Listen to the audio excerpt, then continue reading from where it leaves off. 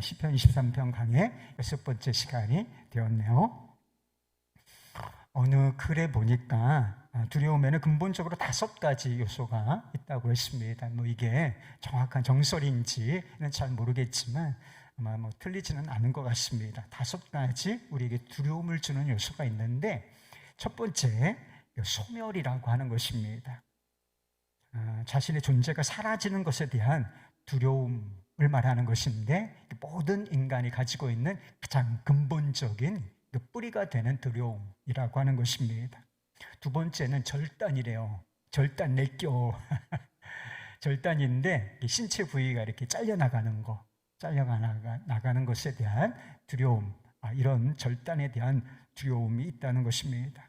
세 번째는 자유의 상실인데, 움직일 수 없게 되거나 마비되거나 갇히거나 제한되거나 하는 것처럼 어떤 환경에 의해서 자신을 제어할 수 없는 상태, 그러니까 내가 환경을 통제할 수 없는 그런 상황, 공황장애 같은 것도 아마 이 범주에 포함되지 않을까 싶습니다. 근데 재밌는 게 있어요. 누구와 이제 관계가 아주 가까워지고 또 남녀가 이렇게 가까워지다가 결혼을 하는 거. 근데 결혼을 할 때 여자들이, 특별히 여자분들이 두려워. 이런 두려움을 갖게 되는데, 왜 두려움을 갖게 되느냐? 사랑하는 사람과 사랑해서 이제 결혼을 앞두고 있는데 이게 왜 두려우냐? 이게 자유를 잃어버리는 거, 개인의 삶, 이제 나는 끝났다. 이제 나 혼자의 삶은 끝났다. 그래서 같이 살아야 되겠구나. 이런 자유의 상실에 대한 두려움, 이것이 바로 여기에서 연유하는 것이다. 이런 이야기가 있더라고요. 그 네 번째는 분리예요. 버려지고 거부되고 그리고 관계를 잃어버리는 데에 대한 두려움인 것입니다. 관계의 상실, 그러니까 내가 막 받아들여지질 않아, 이런 것에 대한 두려움, 실제로 있는 것이지요. 다섯 번째는 자아의 죽음에, 세상의 이론이니까 자아의 죽음에 대한 두려움이 있다는 것입니다. 수치심, 자존심이 꺾이는 것, 자존심이 묶여지는, 이렇게 뭉개지는, 죽게 되는 이런 두려움이 있다는 것입니다. 그래서 다른 사람으로부터 호감을 잃거나 인정받지 못하고 존중받지 못하게 될까 봐 사람은 두려움을 갖게 된다는 것입니다. 우리가 느끼는 두려움은 이 5가지 범주, 그리고 대개는 5가지 요소들의 어떤 요소들의 결합으로서 우리에게 다가온다. 이렇게 정리를 해놓은 글을 보았습니다. 여러분은 뭐가 두려워요? 우리를 두렵게 하는 거 참 많죠. 실직도 두려울 수가 있고, 또 죽음, 질병과 죽음도 두려운 것이기도 합니다. 요즘은 아주 좀 많이 이 공포심이 줄어들긴 했어요. 그런데 코로나19에 대한 공포심이 대단했어요. 살얼음판을 걷는 것 같은 초기에 이게 맨날 몇 사람 걸렸다. 지금 하루에 10만 명씩 나와요. 그때는 수십 명, 100명만 나오다. 이러면서 나라가 뒤집어지는 것처럼 그렇게 호들갑을 떨었던 적이 있지 않습니까? 이게 다 질병에 대한 두려움, 그 근처에는 죽음에 대한 두려움이 자리 잡고 있는 것인데, 이것이 우리나라 사람, 전 세계 사람들 마음을 흔들어 놓은 적이 있습니다. 아직도 진행 중이지요. 그런데 직장인들한테 뭐가 두려우냐, 이런 설문조사를 했대요. 직장 생활 하는 분이 있으십니까? 직장 생활 하시는데 뭐가 두려워요? 직장 생활에. 직장 생활 하시는 분이 두려운 게 있는데 답이 월요일이었어요. 월요일이 돌아오는 게 두렵다는 거예요. 그래서 토요일 주일 기분 좋게 불금 보내고, 토요일 주일을 기분 좋게 집에서 또는 휴가지에서 이렇게 보내다가 이제 월요일이 시시각각 다가오는 거야. 이게 너무 두렵다. 스트레스가 된다는 거예요. 월요일이 두렵다. 단순히 그 날짜가, 그 요일이 두려운 것은 아니지요. 월요일이 두렵다라고 하는 것에는 몇 가지 의미가 있다고 싶습니다. 그것은 일이 두렵다는 거예요. 출근하면 뭐가 기다리고 있어요? 일이 기다리고 있지. 일이 두렵고 관계가 두렵잖아요. 근데 일은 안 무서워. 근데 관계가 너무 힘들다. 사람들 부딪히고. 이런 사람들이 참 많더라고요. 그리고 세상이 두렵다는 뜻이 아니겠습니까? 그리고 사실 조금 더 확장하면 그냥 삶이 세상에 나가야 살아가야 하는 이 삶이 두렵다. 이렇게 해석을 할 수도 있을 것 같습니다. 두려움이라고 하는 것은 불안처럼 순기능도 있어요. 불안하다. 두려움을 느끼면 사람들은 그것에 대해서 어떤 적절한 조치를 하거나 반응을 보이게 되는데 이 위험을 회피하는 기능이 있어요. 위험을 회피하는 아주 일부 긍정적인 기능이 없는 것은 아닙니다. 그러나 아주 일부 긍정적인 면이 있지만 그것과는 비교할 수 없을 정도로 두려움이 우리의 삶에 갇혀오는 부정적인 영향이 있다는 거예요. 아주 큰 부정적인 영향.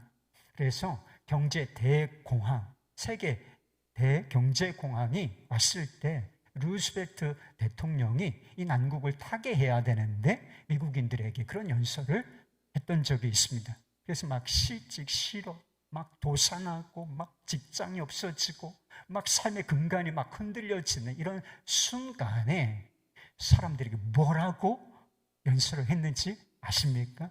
대단히 유명한 말을 했는데 우리가 두려워해야 할 것이 있다면, 유일하게 두려워해야 할 것이 있다면 두려움 그 자체다. 이런 얘기를 했어요. 이게 우리가 두려워하고 있다는 그 사실, 그게 사실은 우리가 겪고 있는 어려운 상황, 그보다 더 큰 문제라는 거예요. 그래서 정말 우리가 두려워해야 할 것, 먼저 처리해야 할 문제, 그것은 우리가 이 경제공황 때문에 두려워하고 있다는 그 사실 자체다. 이렇게 말하는 것이 있죠. 그래서 아주 옳은 말이라고 싶습니다. 그렇다면 인생의 두려운 순간을 우리가 만날 때 우리는 어찌 해야 하겠습니까? 우선 우리가 깨달아야 할 사실이 있습니다. 하나님께서 인도하시는 양, 하나님께서 기르시는 양도 인생의 골짜기를 지나갈 때가 있다라고 하는 사실을 아는 것입니다. 그리고 그것을 조금 넓은 태도로서 받아들이는 것, 이것이 필요하다라고 하는 것입니다. 우리 시편 23편, 우리가 이 주옥 같은 시편을 살펴보고 있는데 1절부터 3절까지 막 그림으로 표현을 한다면 아주 밝고 따뜻하고 아름다운 그림처럼 보이지 않습니까? 밝은 푸른 빛처럼 보인다는 것입니다. 여호와는 나의 목자시니 내게 부족함이 없으리로다. 그가 나를 푸른 풀밭에 누이시며 쉴만한 물가로 인도하시는 도다. 내 영혼을 소생시키시고 자기 이름을 위하여 의의 길로 인도하시는 도다. 그렇지 않습니까? 아주 따뜻하고 밝고 푸르르고 생기 있고 평안하고 이런 모습을 짧지만 아주 선명하게 그림처럼 보여주고 있지요. 이것이 목자이신 하나님의 인도하심을 받고 있는 양의 고백인 것입니다. 그런데 갑자기 이 그림에 아주 어두운 그림자가 드리워진다는 것입니다. 4절 말씀, 첫머리, 내가 사망의 음침한 골짜기로 다닐지라도. 음침하다는 게 뭐예요? 우리가 일상생활에서는 잘 쓰지 않는 단어예요. 음침하다, 음용하다 뭐 이런 단어는 쓰지만 음침하다 무슨 뜻이에요? 아주 어둡다는 뜻이에요. 그리고 좀 으스스하다, 어둡고 으스스하다, 우울하다, 좀 이런 의미를 담고 있는 단어가 음침한이라는 단어입니다. 그런데 중요한 것은 이것이 여전히 목자의 인도하심을 받고 있는 양의 고백이라고 하는 사실이요. 3절까지는 양의 인도하심을 받고 있는, 목자의 인도하심을 받고 있는 양의 고백이고 4절부터는 아니에요. 6절까지 있는데 4절부터는 불신자의 고백입니까? 그게 아니고 여전히 하나님을 자기 목자로 모시고 그렇게 믿고 따르는 양의 고백이 내가 사망의 음침한 골짜기로 다닐지라도 인생의 골짜기를 고백하는 것이라고 하는 것입니다. 우리 인생이 늘 푸른 풀밭 그리고 쉴 만한 물가와 같다면 얼마나 좋겠어요. 그렇죠? 하나님을 믿으니 인생이 만사형통이라 하면 얼마나 좋겠습니까? 여러분, 우리 하나님께서 우리 인생을 형통하게 해주실 수가 있어요. 그러니까 인생이 너무 꽉 막혔다고 생각하실 필요 없습니다. 정말 우리가 하나님을 믿고 하나님께 구하면 하나님 무엇이든지 자신의 사랑하는 자녀들에게, 양에게 주실 수가 있습니다. 그래서 너무 어려우면 주님 형통을 좀 주십시오. 문제가 있으면 문제 해결을 구하십시오. 그래서 하나님께서 우리의 삶을 푸른 풀밭과 쉴만한 물가처럼 이렇게 얼마든지 만들어 주실 수 있다는 것입니다. 근데 항상 그러냐? 처음부터 끝까지 그럴 수가 있느냐? 그렇지는 않을 수 있다는 것입니다. 하나님께서 기르시고 인도하시는 양에게도 인생의 어두운 순간, 깊은 골짜기를 지나갈 때가 있다는 사실을 이 고백이 분명히 보여주고 있는 것입니다. 목자가 계심에도 인생의 어두운 골짜기를 지날 때가 있다. 지날 때가 있어. 그런데 여러분, 중요한 사실, 우리가 이 시점에서 놓치지 말아야 할 중요한 사실 한 가지가 더 있다는 거예요. 이게 무엇이냐면 이 어두운 골짜기, 인생의 이 어려운 골짜기가 우리를 망하게 하지는 절대로 못할 것이다 라고 하는 것입니다. 오히려 그 반대의 결과를 낳을 것이다 라고 하는 사실인 것입니다. 여러분, 우리가 양이에요. 못됐다는 뜻입니다. 어리석다는 뜻이에요. 그렇다고 했잖아요. 양은 고집이 세고 그리고 특징 한 가지가 있는데 엉덩이가 무겁다는 거예요. 얘들이 엉덩이가 아주 무거워. 그래서 푸른 풀밭 있으면 거기서 계속 풀을 뜯고 쉴만한 물가가 있으면 거기서 계속 안주하기를, 머물기를 원하는 속성이 있다는 것입니다. 그러나 목자는 그런 양들을 몰아서 산으로 올라갈 때가 있다는 것입니다. 왜 그렇겠어요? 푸른 풀밭이 있어요. 광야인데 사실은 우기 때 비가 쫙 오고 나서 막 풀이 자라서 풀은 초장처럼, 목초지처럼 보이는 거예요. 우기가 있어서 우기가 지난 다음에 평지에 풀이 확 하고 자라는 때가 있는 것입니다. 그런데 그 풀이 계속 1년 내내 있냐? 그게 아니라는 거예요. 그래서 몇 개월 뜯으면 다 사라진다는 것입니다. 내 말의 시기가 평지에 찾아오면 목자들이 어떻게 하는가? 여름철에 이 양떼들을 몰고 산 중턱, 산 허리에 이른다는 것입니다. 왜? 거기에는 푸른 풀이 있기 때문이라고 하는 것입니다. 그래서 거기에서 여름과 가을을 보낸 다음 이제 날씨가 추워지고 풀이 싹 말라 버릴 때 다시 산 아래 목장으로 내려온다는 것입니다. 양들에게 먹일 신선한 풀이 있는 곳을 찾아서 이와 같이 평지에서 산허리에서 다시 평지로 이렇게 1년에 몇 번씩 왔다 갔다 양들을 몰고 다닌다는 것입니다. 어느 목자가 이런 이야기를 했습니다. 모든 산에는 골짜기가 있는 법이다. 산이 있으면 뭐가 있어요? 골짜기가 있는 것이지요. 대개는 깊은 계곡들과 깎아지는 절벽, 마른 골짜기 따위가 산의 사면을 두르고 있다. 그러므로 산 꼭대기로 올라가는 가장 좋은 길은 언제나 골짜기를 지나기 마련이다.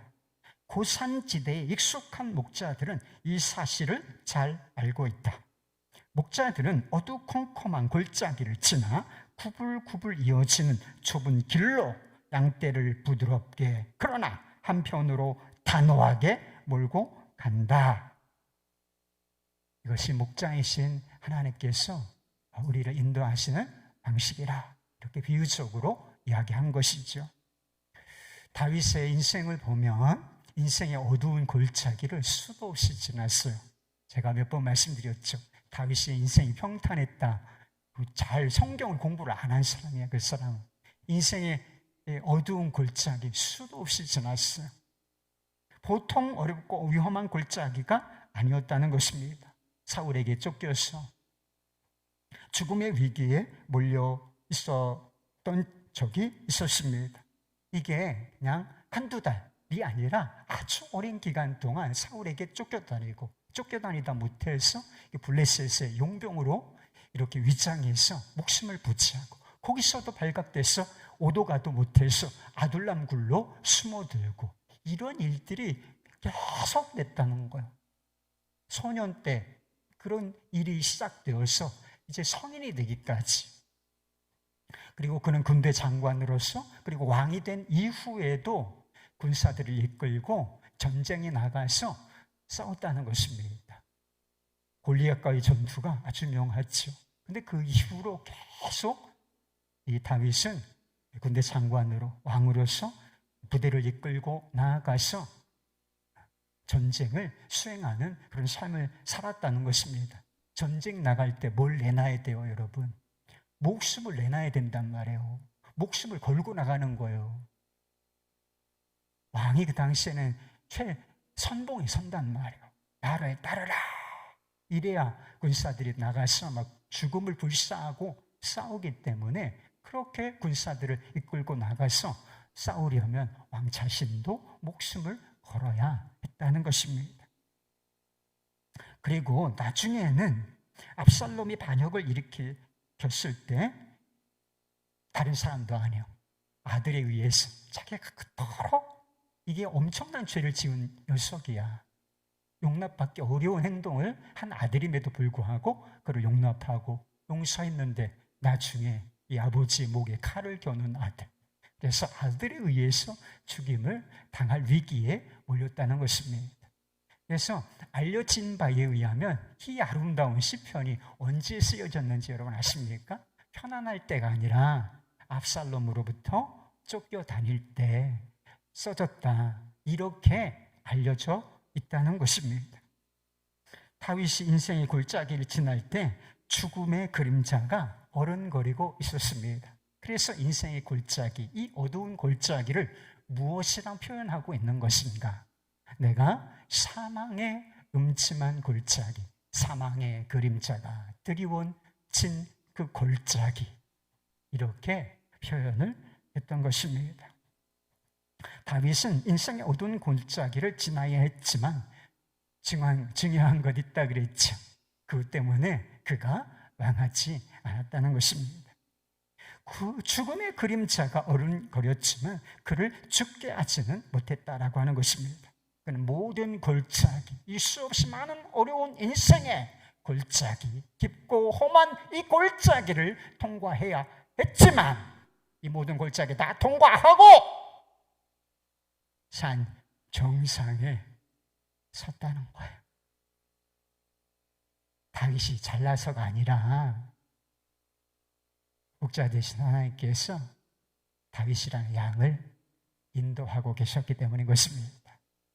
다윗은 양으로서 철저히 하나님만 신뢰하고 하나님만 따르는 상황이었기 때문에 이 죽음의 골짜기가 그를 확 덮치지 못하고 그가 이 골짜기를 다 통과해내고 결국은 산 정상에, 믿음의 정상에, 하나님께서 올려놓은 정상에 섰다는 것입니다.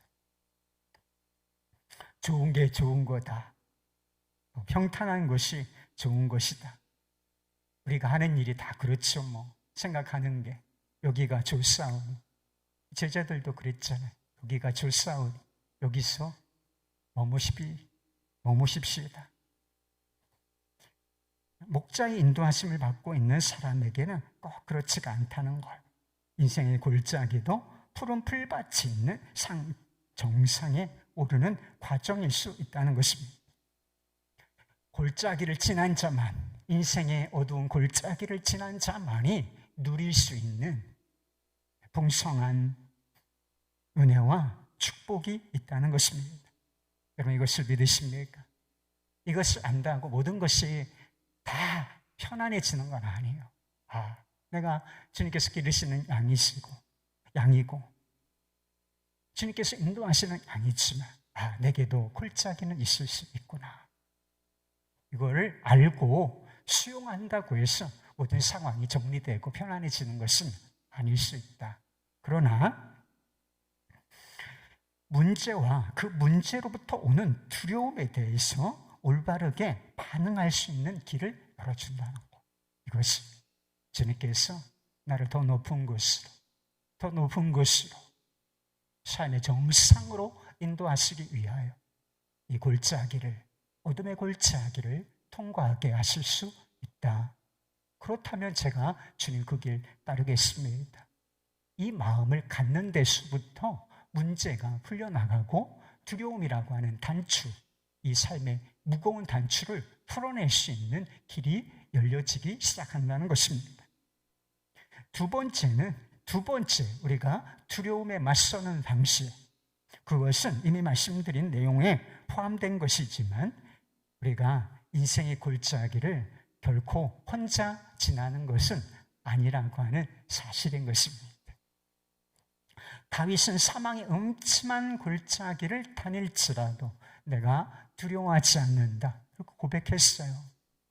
우리는 두려워서 벌벌 떠는 골짜기예요. 그런데 다윗은 그 어두운 골짜기를 통과하면서도 두렵지 않다. 이렇게 고백을 하고 있다는 것입니다. 그 구체적인 이유가 그 뒤에 나오죠. 주께서 나와 함께 하심이라. 주의 지팡이와 막대기가 나를 안위하시나이다. 여러분, 지팡이와 막대기는 목자가 양을 돌볼 때 쓰는 도구인 것입니다. 양을 몰거나 그리고 위험으로부터 양을 보호할 때 사용되는 도구라는 것입니다. 다윗이 소년이었을 때 골리앗과 싸웠던 적이 있죠. 다윗이 가지고 나갔던 무기가 뭔지 아십니까? 물맷돌 5개, 그리고 뭐 하나? 막대기 하나. 물맷돌 5개 가지고 나가면서 뭘 가지고 나갔다는 거예요? 막대기 하나 들고 나갔다는 거예요. 요만한 막대기. 막대기를 왜 가지고 왔겠어요? 군사들은 칼을 가지고 나간단 말이에요. 창을 들고 나가거나. 그런데 이게 너무 거추장스러운 일이었기 때문에 갑옷도 어울리지 않고 장칼, 그건 너무 무거워. 그래서 자신이 평상시에 양을 돌보고 양을 치고 양을 맹수로부터 보호할 때 무기를 썼던 거, 이 막대기 하나를 저 골리앗, 하나님의 군대를 무시하는 저 골리앗을 상대로 싸우러 나갈 때 무기 삼아 가지고 나갔던 것입니다. 지팡이도 있죠. 지팡이도 역시 양을 칠 때 쓰는 것인데 모세도 옥자였던 적이 있어요. 40년 동안 광야에서 옥자의 삶을 살지 않았습니까? 하나님의 부르심을 받고 이 나중에 이 볼품없고 구부러진 지팡이, 영화에 나오는 그런 멋있는 지팡이 아니에요. 짤막한 막대기 지팡이, 이것을 가지고 뭘 가릅니까? 이게 홍해를 가르는 지팡이로 사용되었다라고 하는 것입니다. 인생의 골짜기를 지날 때 무엇이 우리를 두려움에서 건져줍니까? 다윗은 인생의 골짜기를 지날 때 주님께서 나와 함께 하신다.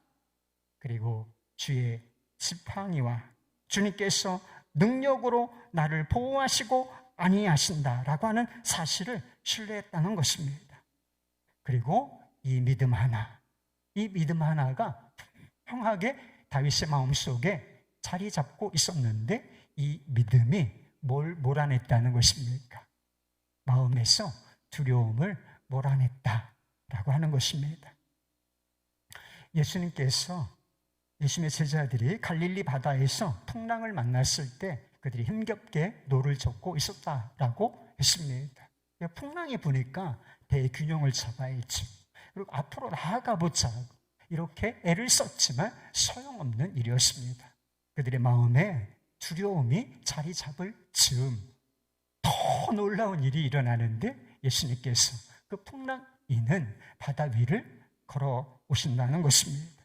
그리고 그들에게 이렇게 말씀하시지요. 그들이 놀라고 두려움에 빠져 있을 때 내니 두려워 말라, 이렇게 말씀하셨다는 거예요. 그래서 내니 두려워 말라, 이것을 더 정확하게 표현을 하면 이런 뜻이 돼요. 내가 있다, 두려워하지 말라, 이런 말씀이 되는 것입니다. 이것이 단순히 저와 여러분 같은 사람으로서, 그냥 완전한 인간으로서만 하신 말씀이 아니라는 것입니다.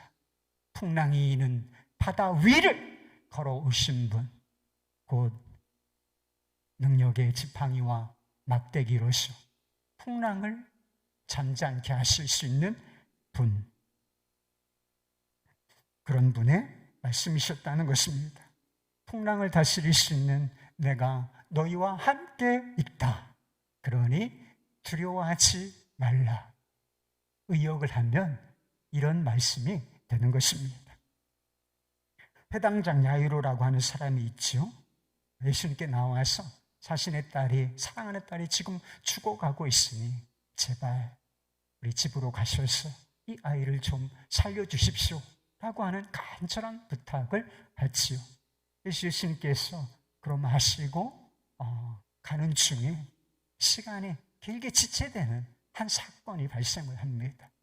12의 혈루병을 앓던 여자가 조용히 와서 예수님의 옷자락에 손을 대는 사건이 있었어요. 그냥 가시면 되지, 꼭 그 여자를 불러가지고 얘기를 하시고, 시간이 얼마나 지체가 됐겠어요. 그렇게 시간이 가고 가는 시간에, 순간에 이 회당장 야이로의 집에서 사람이 옵니다. 당신의 딸이 죽었습니다. 이제 더 이상 선생을 괴롭게 하지 마십시오. 그때 예수님께서 이 야이로에게 뭐라고 말씀하셨는지 아세요? 두려워 말고 믿기만 하라. 두려워 말고 믿기만 하라. 사랑하는 그 애지중지 않은 딸이 죽었어요. 절망적인 소식을 들었어요. 여러분이라면 그 집이 1km, 2km 그 정도 됐을지도 모르겠죠. 그러면 다리가 떨려서 그 절망적인 소식을, 이 싸늘한 시체를 바라봐야 하는 그 상황, 그런 이야기를 듣고 다리가 후덜거려서 그 걸음을 걸어서 갈 수가 있겠습니까? 아마 저 같으면 어려웠을 거예요. 그러나 이 야이로는 한 걸음 또 한 걸음 집을 향하여 걸음을 옮긴다는 것이죠. 병든 자를 고치시고 죽은 자를 살리신 주님께서 그와 함께 하시면서 그와 같이 걷고 계셨기 때문에 그 걸음을 옮길 수가 있었던 거예요. 여러분은 주님께서 함께 하신다는 사실을 믿으십니까? 능력의 지팡이와 막대기를 가지신 주님께서 나와 함께 하신다, 나를 보호하시고 나를 안위하신다, 이 믿음이 있으신가요? 주님께서 나와 함께 하신다는 믿음, 그리고 그 주님께서 능력이 있으시고 그 능력으로 나를 안위하시고 보호하신다는 믿음, 이 믿음이 이렇게 딱 하나가 된 것이지. 이 믿음 하나가 인생의 골짜기를 지날 때 두려움을 이기게 하는 것입니다. 주님께서 나와 함께 하신다, 이 믿음은 지식이나 관념을 말하는 게 아니에요. 주님께서 함께 하신다라는 이야기를 오늘 처음 들어본 분이 계신가요? 없으실걸요. 너무나 잘 아는 말씀이고 알지 뭐. 근데 문제는 이게, 믿음은 지식을 말하는 것도 아니고 철학이나 관념을 말하는 것도 절대로 아니라는 것입니다. 믿음은 실체하는 능력인 거예요. 인생의 골짜기를 지날 때 주님께서 함께 하신다는 이 사실을 믿는 사람은 어떻게 하겠습니까? 그 순간에 정말 주님을 바라보는 거지. 그리고 하나님의 능력이 있으시니까 그분 앞에 엎드려서 기도하는 사람, 이 사람이 주님께서 나와 함께 하신다. 이걸 진짜 믿는 사람인 거예요. 내가 인생을 통제하지 못할 때 두려움이 온다 그랬잖아요. 문제가 너무 커서, 상황이 어려워서 내가 가진 능력으로 이 상황을 통제하지도 못해. 그러니까 두려운 거란 말이에요.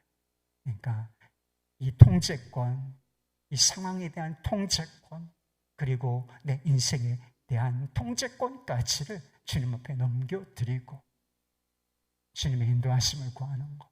그러면 이게 기도인 것입니다. 어떤 사모님이 목회하면서 위기를 많이 만나셨다는 것입니다. 교회당에 불이 났대. 이게 불이 나면 어떡하죠, 이거? 그리고 아버지가 병원으로 쓰러지시기도 하고, 무슨 일 때문인지 조폭들이 교회당에 와서 진을 치고. 근데 인생의 위기가 올 때마다, 이런 골짜기를 지날 때마다 가장 먼저 생각나는 분이 누구셨냐? 하나님이셨다는 거예요. 그래서 하나님께 엎드려서 그런 일이 있을 때마다 엎드려서 기도했다는 것입니다. 주님의 도우심과 보호하심과 안위하심을 구했다는 거예요.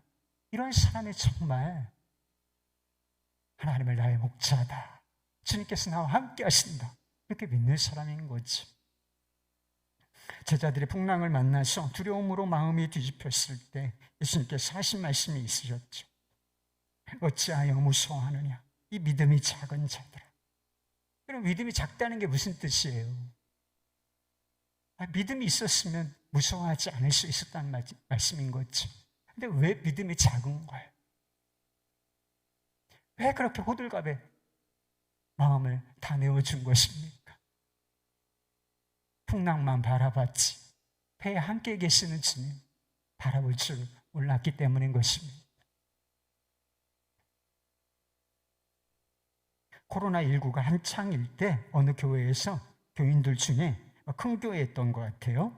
전문가들을 중심으로 대책위원회를 구성을 했다는 것입니다. 의사도 있고 공무원도 있었겠죠. 하여튼 이런 전문가 그룹을 통해서 대책위원회, 코로나19 대책위원회를 만들었다는 것입니다. 그리고 회의를 거듭하고 대책을 내놓았는데 대책이 뭐였는지 아세요?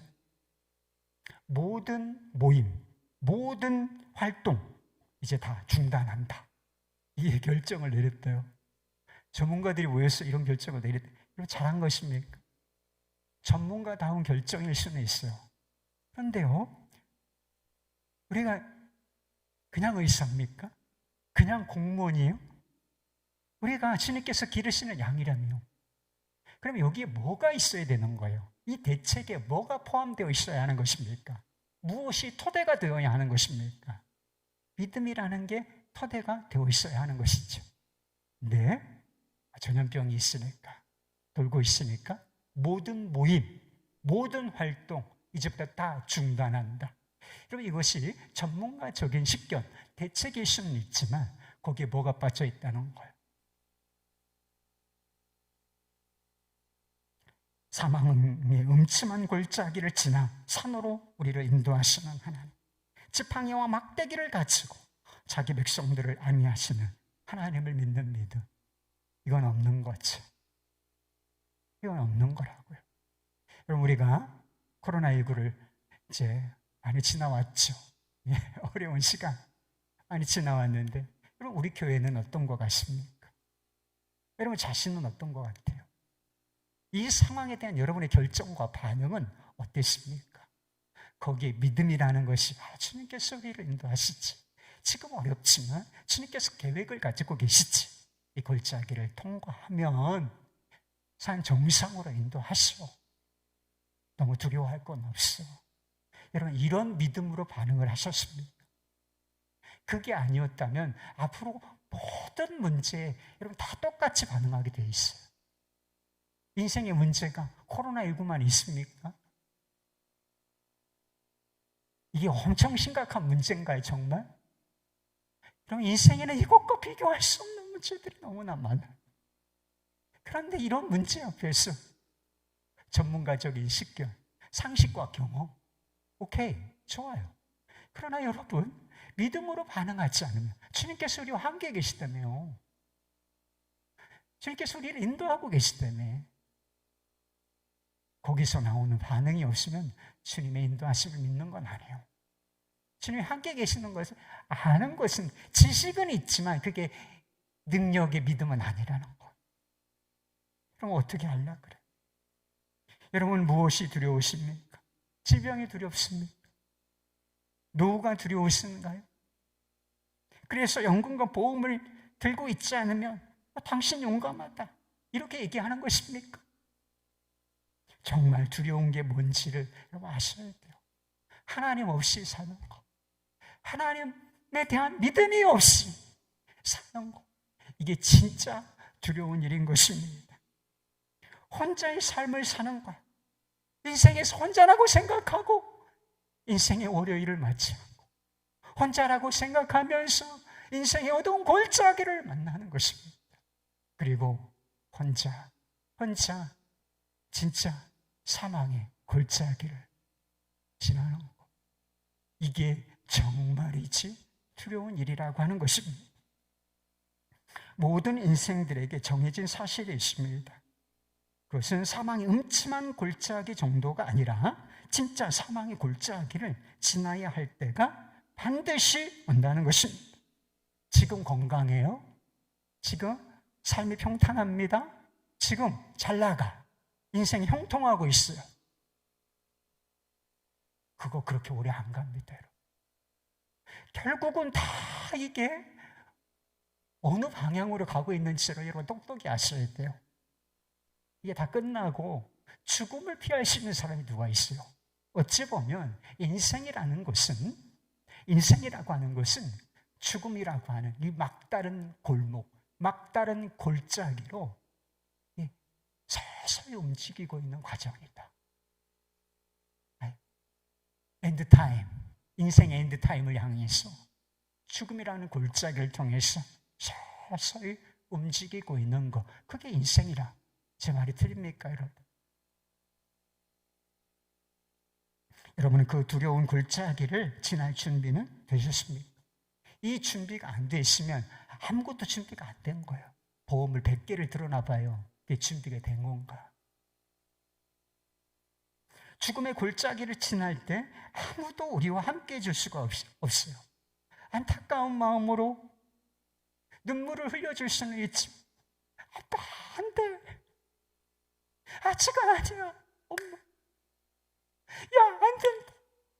이렇게 눈물 흘리며 붙잡아주고 싶어하는 사람이 있을 수는 있지만 그 죽음의 골짜기를 진짜 함께 통과해 줄 수 있는 사람은 아무도 없어. 그러나 단 한 분, 우리의 선한 목자이신 주님, 우리를 데리고 그 골짜기를 통과하실 수가 있다는 것입니다. 그 죽음의 골짜기를 통과해. 그것이 끝이 아니라 전국과 영생이라는 산 정상으로 우리를 데리고 가실 수 있는 분, 선한 목자이신 주님 한 분밖에는 계시지 않은 것입니다. 예수님께서 말씀으로 거친 풍랑을 잔잔케 하실 수 있는 분이셨습니다. 병자를 고치시고 죽은 자를 살리는 능력을 가지고 계신 분이셨습니다. 그런데 능력의 지팡이와 막대기를 가지신 그분께서 또 하나의 막대기를 가지고 계시는데 그것은 십자가라는 위안 막대기에 달리신다는 것입니다. 십자가라는 막대기에 완전한 실패자의 모습으로 모든 것 다 끊어진 채로 달려 계시다. 왜 그런 것이지요? 나는 선한 목자라. 나는 양을 위하여 목숨을 버리노라. 죽음으로써 죄와 사망의 권세를 파하시기 위하여, 그리고 양으로 생명을 얻고 더 풍성히 얻게 하시기 위하여 십자가라는 막대기에 매달리신 것입니다. 도널드 반 그레이하우스라고 하는 박사님이 계셨대요. 근데 아내가 비교적 이런 시간에 병으로 떠났다고 합니다. 세상을 떠났대요. 박사님께서 자녀들과 함께 아내를 묶고서 깊은 슬픔을 참아가면서 차를 몰아 집으로 돌아오고 있었습니다. 이 어린 아이들, 무슨 말을 해서라도 이 어린 아이들을 위로해 주고 싶은데 그 위로할 말이 잘 떠오르지 않더라는 것입니다. 그런데 때마침 이 거대한 덤프트럭 같은 거 있죠?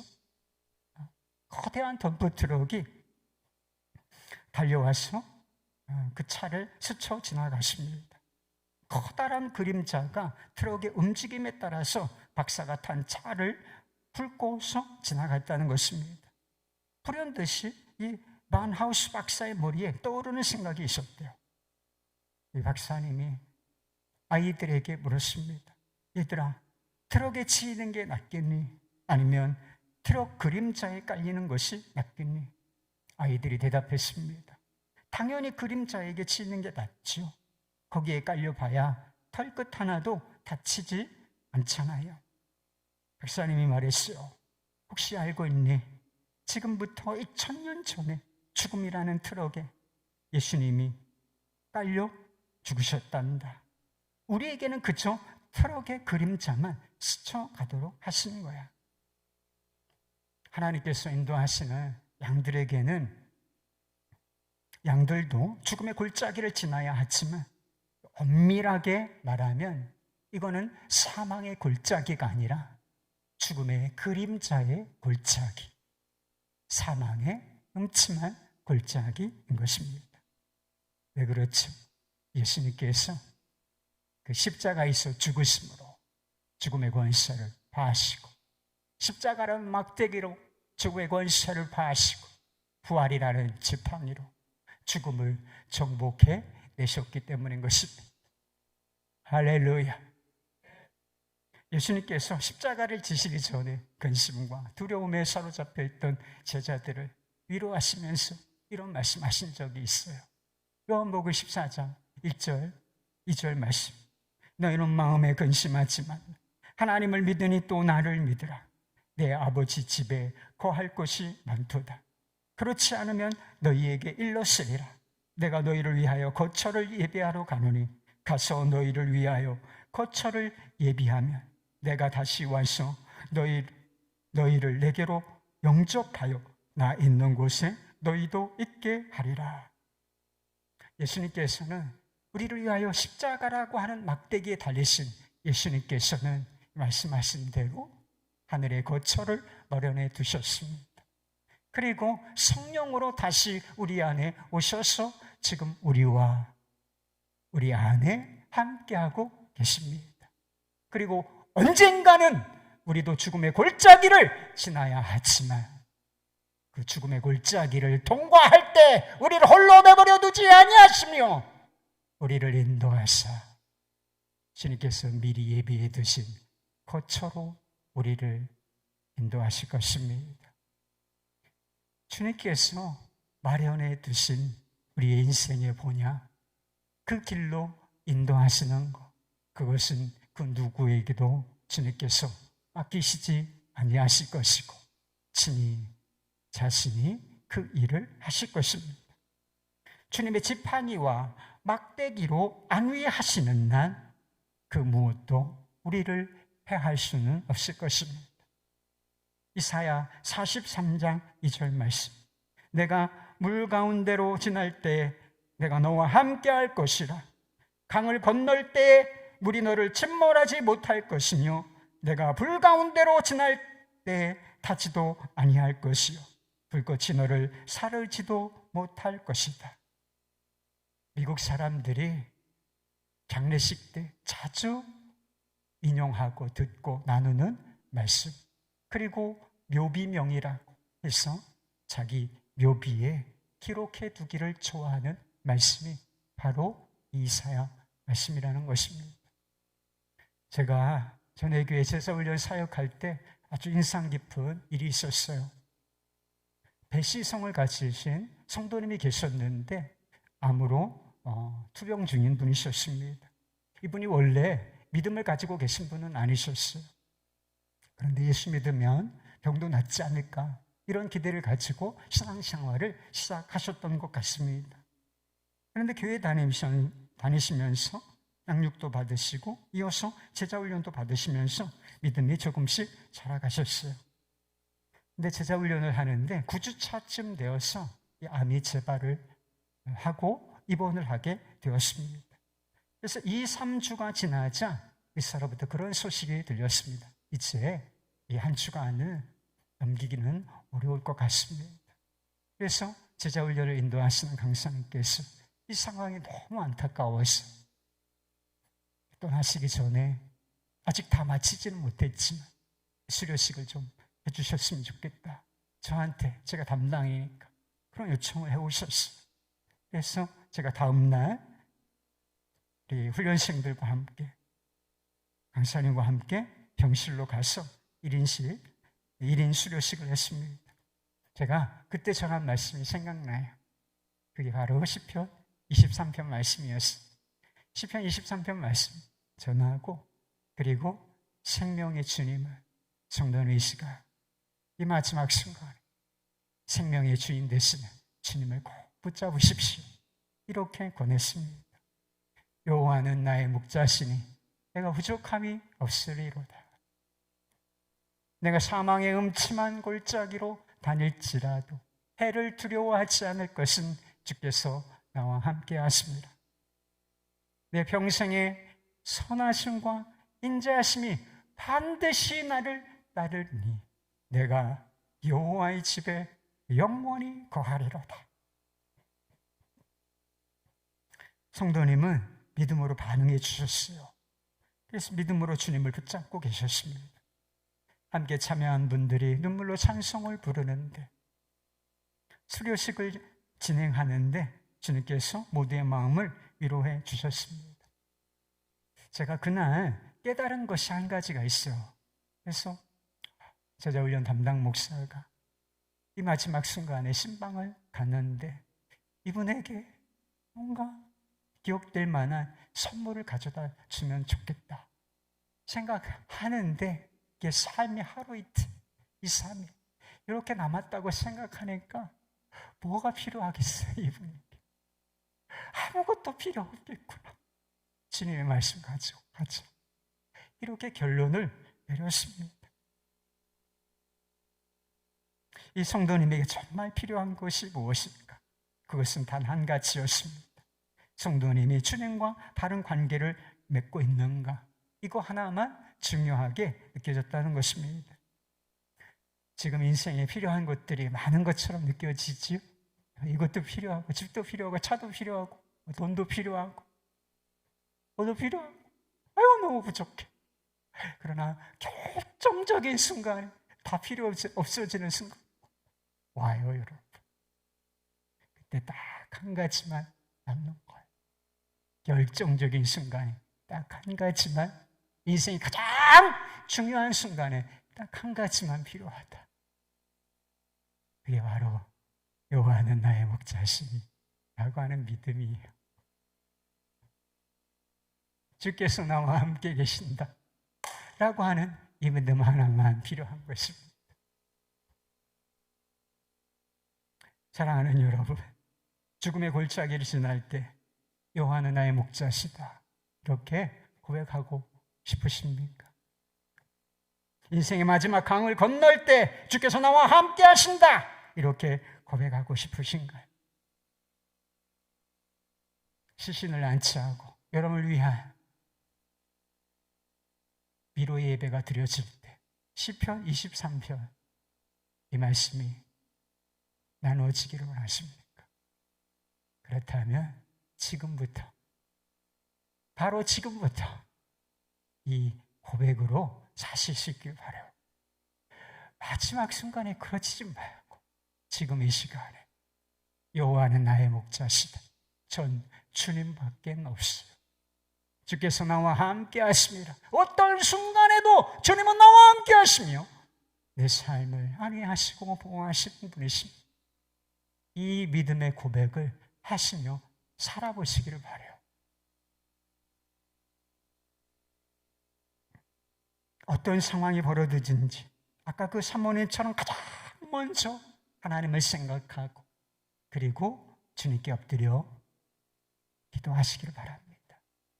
삶의 통제권을 완전히 주님께 내어 맡긴 채 십자가란 막대기로 세상과 죽음을 이기신 주님께서 나와 함께 하신다. 이 믿음 위에 서서 인생이라는 골짜기를 두려움 없이 담대하게 통과해내시고 주님과 함께 천국과 영생이라는 산 정상 위에 서실 수 있기를 주님의 이름을 축원합니다. 할렐루야.